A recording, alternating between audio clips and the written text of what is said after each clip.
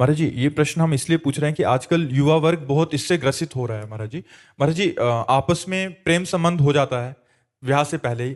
फिर क्या होता है, कुछ समय बाद एक दूसरे की कमियां पता लगती हैं या जैसा भी होता है, तो उसके बाद महाराज जी एक पक्ष दूसरे को छोड़ देता है, बट एक की आसक्ति बहुत घनीभूत हो गई होती है। तो फिर महाराज जी उससे निकल पाना, एक दूसरे के प्रेम से एक तो निकल गया, एक वो पूरा जीवन महाराज जी ना इधर का रहता ना उधर देखो, का। तस्मा शास्त्रम प्रमाणम ते कार्य व्यवस्थित समाज में इसीलिए धर्मगुरु होते हैं और धर्मशास्त्र होते हैं कि हमको कैसे चलना है उसका हमें ज्ञान होना चाहिए। हम मित्रता करना पाप नहीं समझते, लेकिन मित्रता करके गंदा आचरण करना पाप है। हम कह रहे हैं आप मित्र बन जाओ और फिर अपने माता पिता से मिलो और दोनों के आशीर्वाद लो और पाणी ग्रहण संस्कार कर लो, ब्याह कर लो, आजीवन साथ रहो। जब तक पाणी ग्रहण ना हो, जब तक कानूनी तुम उसकी पत्नी न बन जाओ, पति पत्नी का संबंध ना हो जाए, तब तक बच्चों को बहुत सावधान रहना चाहिए।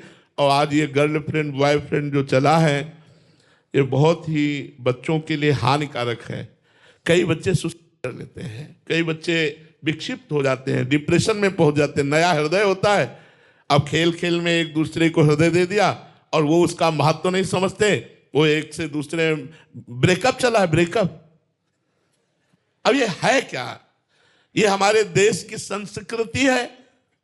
नहीं भाई, हमारे शास्त्र आज्ञा करते हैं ये अपराध है, ये पाप है, इसे नहीं करना चाहिए। अगर चूक हो गई तो फिर पूरा जीवन बर्बाद हो जाता है, बच्चे डिस्टर्ब हो जाते हैं। ये ठीक नहीं है। दोस्ती करो, दोस्ती का मना नहीं है, लेकिन आजीवन की दोस्ती करो। किसी को भी अगर प्यार से स्वीकार करो तो आजीवन निर्वाह की सोचो। ये नहीं आज इसको कल उसको, ऐसे करने से तो आप लोगों का चरित्रहीन हो जाओगा। देखो, एक अंग्रेजी में हमको सूत्र मिला था, उसका हिंदी में अर्थ था पैसा गया कुछ नहीं गया। Money is loss, nothing is loss. स्वास्थ्य गया तो कुछ गया, health is loss, something is loss. और अगर चरित्र गया तो सब कुछ गया। Character is loss, everything is loss. आज उल्टा है, उल्टा। ये जो दोस्ती है, हमें इससे कोई नफरत नहीं है, इससे कोई हमें गिला शिकवा नहीं। पवित्र दोस्ती रखो। दोस्त वही जो अपने दोस्त को आगे बढ़ावे, दोस्त को नीचे गिरा दे, दोस्त की भावनाओं को रौंद दे, दोस्त को कूड़ा करकट कर दे, ऐसा नहीं। ये दोस्ती भी क्या जो निर्वाह ना कर पावे, वो दोस्ती क्या। और आजकल ऐसे दोस्त मिलना मुश्किल है जो निर्वाह करे। है, ऐसा नहीं हम कहते कि नहीं है, लेकिन वही दोस्ती अच्छी है जो आजीवन निर्वाह हो। ये इधर उधर की बातें, अब इस विषय में हम क्या बोल सकते हैं, क्योंकि ये ना पहले था, ना इस विषय का कोई प्रसंग पहले था। आज के 40 वर्ष पहले गर्लफ्रेंड बॉयफ्रेंड था ही नहीं, था ही नहीं। स्कूलों में बच्चे बच्चियां सब ऐसे खेल कूद के पढ़ते थे, कहीं ये गंदी बातें थी ही नहीं। आज तो 12 वर्ष 13 वर्ष का बच्चा गंदी बात में बड़ा प्रवीण है, मोबाइल गुरु है, उससे सब सीख लेता है। तो पहले मोबाइल था नहीं, स्कूल में सब सयाने सयाने बच्चे बच्चियां पढ़ते थे, कभी दोस्त दृष्टि नहीं, हंसी खेल ऐसे, कभी कोई दोस्त दृष्टि नहीं। आजकल बच्चों में बहुत मलिनता आती चली जा रही है कि हमारे भारत का भविष्य जो ये नई पीढ़ी है, इसमें व्यसन और व्यभिचार ये तो बहुत जोर से बढ़ रहे हैं। बड़ा संकटपूर्ण है, क्योंकि यही हमारे पदाधिकारी बनेंगे बच्चे, यही हमारे न्यायाधीश बनेंगे, यही एमएलए बनेंगे, यही सांसद बनेंगे, यही डॉक्टर मास्टर बनेंगे बच्चे। अगर व्यसन और व्यभिचार से युक्त हैं तो हमारे समाज को ये सुख नहीं पहुंचा पाएंगे, शोषण करेंगे ये।